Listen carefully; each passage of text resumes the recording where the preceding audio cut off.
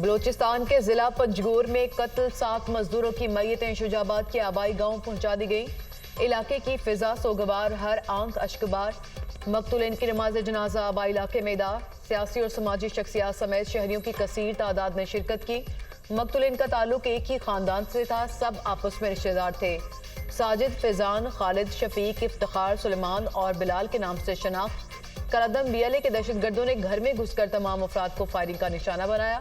मजदूर घर की तामीर कर रहे थे। मजदूरों के कत्ल का मुकदमा थाना सीटीडी पंजगोर में नामालूम मुल्जिमान के खिलाफ दर्ज। दहशतगर्दी, कत्ल, इक़दाम कत्ल और दीगर दफात शामिल।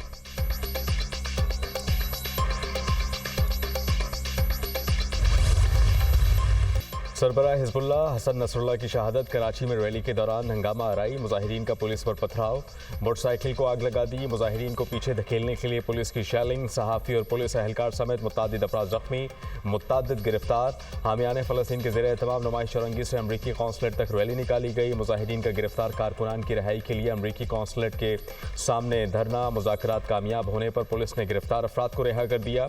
मुजाहिरीन मुंतशिर। इस्लामाबाद में भी हसन नसरुल्लाह की शहादत पर प्रेस क्लब के बाहर एहतजाज। इस्लामाबाद पुलिस का मुजाहिरीन पर लाठी चार्ज। सेनेटर मुश्ताक को गिरफ्तार कर लिया। इस्लामाबाद पुलिस ने खवातीन मुजाहिरीन को भी गिरफ्तार कर लिया। लाहौर में असेंबली हॉल से अमरीकी सेंटर तक एहतजाजी रैली निकाली गई। जमात इस्लामी के जनरल सेक्रेटरी अमीरुल अज़ीम ने हसन नसरुल्लाह शहीद की गायबाने नमाज जनाजा पढ़ाई। बहावलपुर में भी हसन नसरुल्लाह की नमाज जनाजा अदा की गई। चिन्योट में भी एहतजाज। मुजाहिरे में इसराइल मुखालिफ नारेबाजी की गई।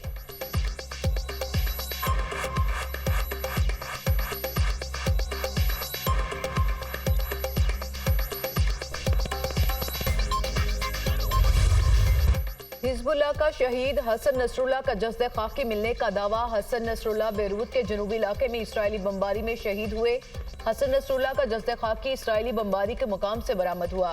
तिब्बी और सिक्योरिटी राय के मुताबिक हसन नसरुल्लाह के जिस्म पर बड़े जख्म का कोई निशान नहीं।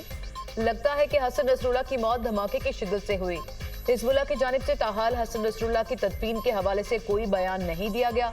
लेबनान में इसराइल के फिजाई हमले, हिजबुल्लाह के मजीद रहनुमा और कारकुनान की शहादत। इसराइल का हिजबुल्लाह के एक और सीनियर रहनुमा नबील काउक को भी शहीद करने का दावा। हिजबुल्लाह ने नबी काउक के हसन नसरुल्लाह पर होने वाले हमलों में शहीद होने की तस्दीक कर दी।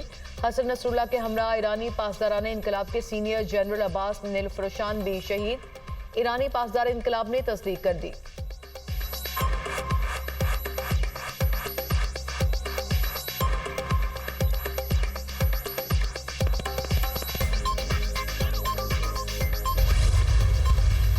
हिजबुल्लाह सरबराह हसन नसरुल्लाह पर हमले के लिए बंकर बस्टर बमों के साथ 80 टन से ज़ायद बारूद इस्तेमाल किया गया।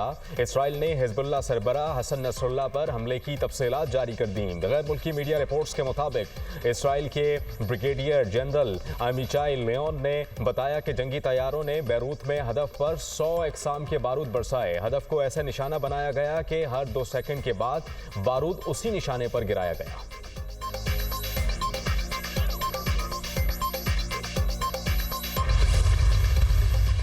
पाकिस्तान की मशरिक़ वस्ता में बढ़ती इसराइली मुहिम जोई की शदीद मजम्मत। तर्जुमान दफ्तर ख़ारजा मुमताज़ ज़हरा बलोच ने कहा कि हसन नसरुल्लाह की शहादत से ख़ित्ते में अदम इस्तेहकाम पैदा होगा। शहरी आबादियों पर इस किस्म के हमले बैनुल-अक़वामी क़वानीन की पामाली है। पाकिस्तान लेबनान के अवाम के साथ खड़ा है। सलामती काउंसिल को मशरिक़ वस्ता में अमन बहाल करने के लिए अपना किरदार अदा करना चाहिए।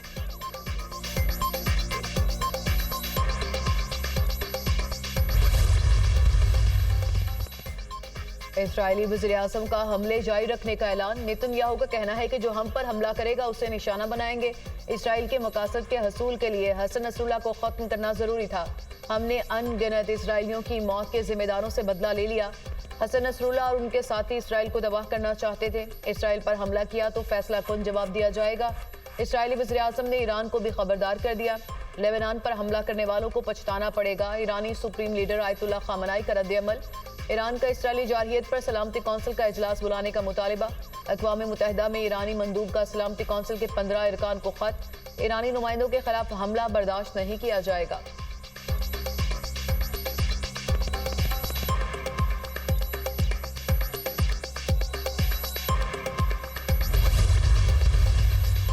अमेरिका का इसराइली दहशतगर्दी का दिफा। सदर जो बाइडन ने हसन नसरुल्लाह की शहादत को इसराइल का मुनसिफाना इक़दाम करार दे दिया। कहा, हसन नसरुल्लाह के इख्तिताम से इंसाफ का अमल पूरा हुआ है। गजा और लेबनान में जंग बंदी होनी चाहिए। मशरिक़ वस्ता में क़याम अमन के लिए अमेरिका किरदार अदा करता रहेगा। अमरीकी वज़ीर दिफा लॉयड ऑस्टिन का इसराइली हम मनसब से राबता। ईरान की प्रॉक्सी को रोकने पर जोर दिया।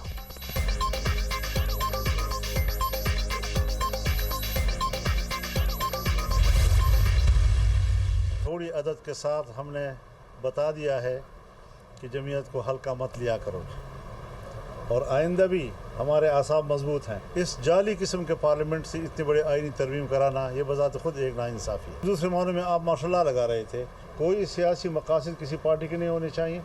आप अदलिया में इस्लाहात लाएँ और आप एक कॉन्स्टिट्यूशनल कोर्ट की तरफ जाएँ। सूबे के एक वज़ीर आला की तरफ से इस तरह का बयान जो है वो भी मुल्क के लिए बेहतर नहीं है।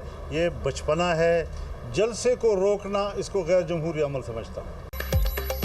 जमीयत को हल्का मत लिया करो, हम तादाद में कम होकर भी अहम है। आईनी तरमीम के जरिए माशाल्लाह लगा रहे थे, हमने सपोर्ट नहीं किया।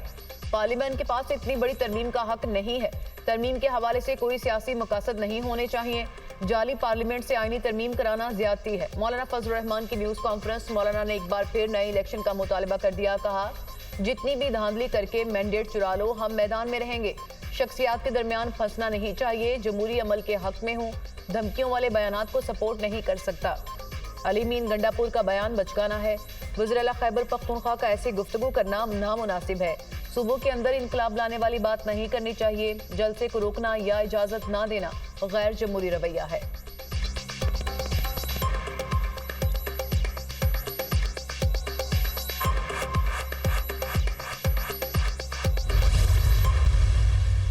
तरमीम तो इंशाअल्लाह ताला ज़रूर होगी, मैं आपको बता दूं, और नंबर्स भी पूरे हैं।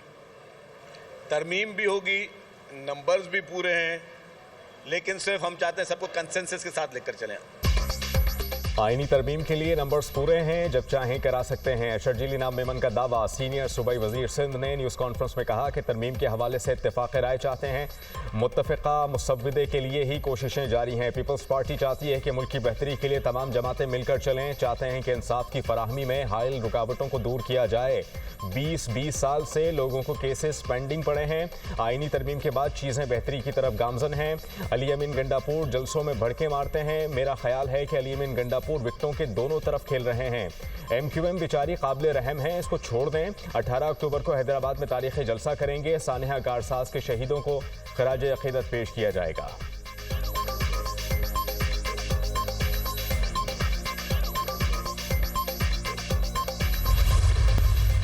इस वक्त तक जो filing I, there were 1.6 million filers. This has to date doubled. We are now close to 3.2 million filers. पिछले साल तकरीबन 3 लाख न्यू फाइलर्स थे।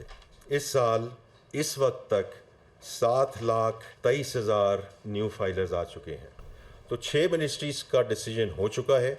अब उसका हम इम्प्लीमेंटेशन प्लान पे बात कर रहे हैं। नॉन फाइलर्स के वो कुछ चीज़ें नहीं कर सकेंगे as they go forward.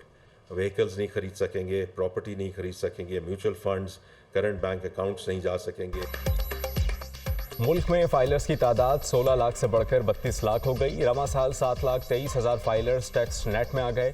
Non filer गाड़ियां और जायदाद नहीं खरीद सकेंगे। टैक्स वसूली में इजाफा नागुज़ीर है। वफाकी वज़ीर ख़जाना मोहम्मद औरंगज़ेब की प्रेस कॉन्फ्रेंस। कहा कि मईशत दुरुस्त समत में आगे बढ़ रही है। सरकारी इदारों में इस्लाहात लाएंगे। 1.5 लाख खाली आसामियों को ख़त्म कर दिया जाएगा। 6 वजारतें ख़त्म करने के फैसले पर अब अमल दरामद होगा। मैक्रो इकानमिक इस्तेहकाम से मजबूत मईशत की बुनियाद रख दी। मैक्रो इकानमिक इस्तेहकाम मंजिल नहीं, एक रास्ता है। निजी शोबे में मुल्क की क़यादत करनी है।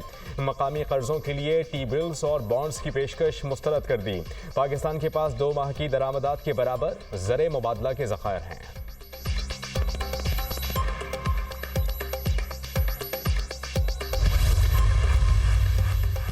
रावलपिंडी में पीटीआई का एहतजाज और तोड़फोड़। बानी पीटीआई और वज़ीर-ए-आला खैबर पख्तूनख्वा अली अमीन गंडापुर के खिलाफ दहशतगर्दी का मुकदमा दर्ज। मुकदमा थाना न्यू टाउन में सब इंस्पेक्टर उमर सदीक की मदयत में दर्ज किया गया। FIR में तोड़फोड़ की मनसूबाबंदी करने की दफात शामिल की गई। पीटीआई रहनुमाओं के खिलाफ भी 4 थानों में मुकदमा दर्ज। मुकदमा थाना सिटी, थाना वारिस खान, थाना न्यू टाउन और थाना आरे बाजार में दर्ज किए गए। सिमाबिया ताहिर, असद अब्बास, एजाज खान, आमिर मुगल समेत 100 से जायद कारकुन नामजद। मुकदमात इंसदाद दहशतगर्दी की दफात के तहत दर्ज हुए।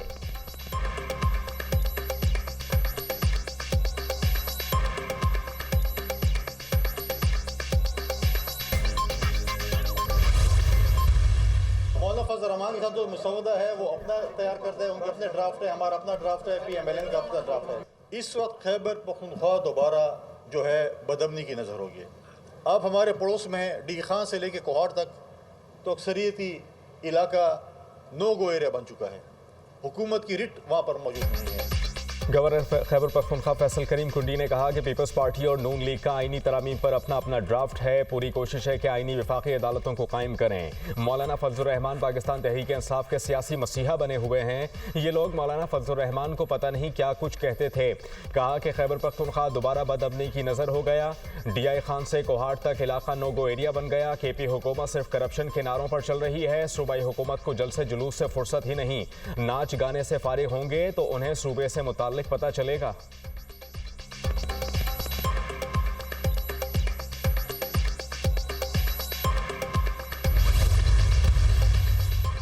अगर कोई समझता है कि हमें मारेगा तो वो मरने के लिए तैयार रहे। गुज़िश्ता रोज हम पर गोलियां बरसाई गई, हमारे कारकुन जख्मी हैं, हमारी इज्जत को पामाल किया गया, मगर हमने पाकिस्तान के लिए उफ तक नहीं किया। वज़ीर आला खैबर पख्तूनख्वा अली अमीन गंडापुर ने इनकलाब का ऐलान कर दिया। वीडियो पैगाम में कहा, अगर हम पर गोली चलाई गई तो हम गोली का जवाब गोली से देंगे। तमाम इदारों को पैगाम है कि सियासी फैसले सियासी लोगों को करने दें, बीच में ना आए।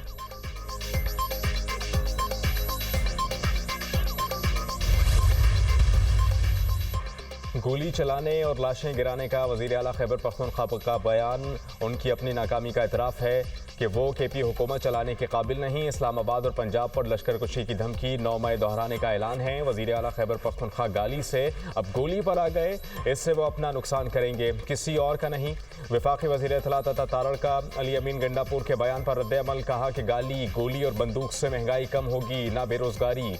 11 साल से खैबर पख्तूनख्वा PTI की लूट मार का अड्डा बना हुआ है। PTI की सूबाई हुकूमत का कोई बयान, कोई इकदाम और कोई रवैया जमहूरी, सियासी और पार्लिमानी नहीं। उन्होंने कभी नहीं कहा कि हम तालीम, सेहत, रोजगार, मुआशी बेहतरी के मैदानों में मुकाबला करेंगे। इनकलाब लाना है तो सेहत, तालीम और आवाम की फलाह व बहबूद के मंसूबों का इनकलाब लाएं। KP में करप्शन और नाअहली की इंतहा हो चुकी।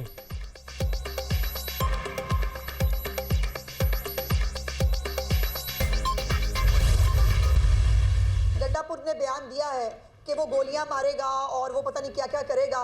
गंडापुर साहब, ये इस किस्म की हरकतें, सस्ती जुगतें और ये सस्ती अदाकारी जो है ना, ये आपके सोशल मीडिया पे चलती होगी। आपको मुंह तोड़ जवाब मिला है और आपको वापस जाना पड़ा और आपको बताया कि रिट ऑफ द गवर्नमेंट क्या होती है। ये आप खैबर पख्तूनख्वा में एहतजाज क्यों नहीं कर लेते? आपने एहतजाज ही करना है ना। पंजाब लावारिस नहीं है, पंजाब की वाली वारिस मरियम नवाज शरीफ CM पंजाब मौजूद है। अली अमीन गंडापुर ने इनकलाब लाने की नाकाम कोशिश की। गोलियां बरसाने का बयान सस्ती जुगत है। कानून की खिलाफ वर्जी पर आहनी हाथों से निपटा जाएगा। वज़ीर इत्तलात पंजाब अज़मा बुखारी की प्रेस कॉन्फ्रेंस। कहा, पंजाब लावारिस नहीं, मरियम नवाज को अपनी रिट मनवाना आती है। अली अमीन गंडापुर ने जो करना है खैबर पख्तूनख्वा में कर लें। पंजाब में गुंडागर्दी की इजाजत नहीं। वज़ीर आला KP के पास अपने सूबे में अमन अमान की सूरत हाल देखने का भी वक्त नहीं है।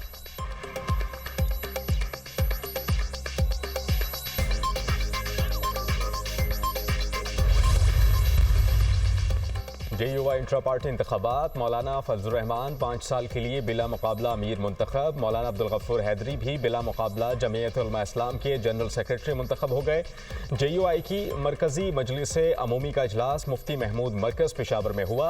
मुल्क भर से अरकान मजलिस अमूमी ने शिरकत की। वज़ीर आज़म शहबाज शरीफ की मौलाना फजलुर रहमान को JUI का 5 साल के लिए बिला मुकाबला सदर मुंतखब होने पर मुबारकबाद। कहा कि मुल्क में पार्लियामान की बालादस्ती के क़याम में मौलाना फजलुर रहमान का इंतहाई अहम किरदार है।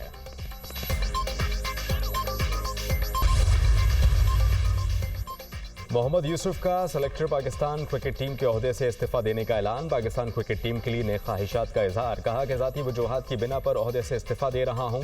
पाकिस्तान क्रिकेट की तरक्की में किरदार अदा करने पर फ़ख्र है। हमारे खिलाड़ी फतह और अजमत के लिए कोशिशें जारी रखे हुए हैं। अपने खिलाड़ियों के टैलेंट और जज्बे पर बेपनाह भरोसा है। Mohammad Yusuf high performance centre में बैटिंग कोच की जिम्मेदारी निभाएंगे। यूसुफ कोचिंग में दिलचस्पी रखने के ख्वाहिशमंद है। पाकिस्तान क्रिकेट बोर्ड का मोहम्मद यूसुफ के हवाले से ऐलान। सेलेक्टर मोहम्मद यूसुफ और एक कोच के दरमियान नाक़िस कारकर्दगी के बावजूद क्रिकेटर्स को मौका देने के मामले पर इख्तिलाफात हुए। कोच तब्दीलियों के हक में नहीं थे। मोहम्मद यूसुफ ने खराब परफॉर्मेंस वाले खिलाड़ियों की जगह नए खिलाड़ियों को मौका देने पर जोर दिया।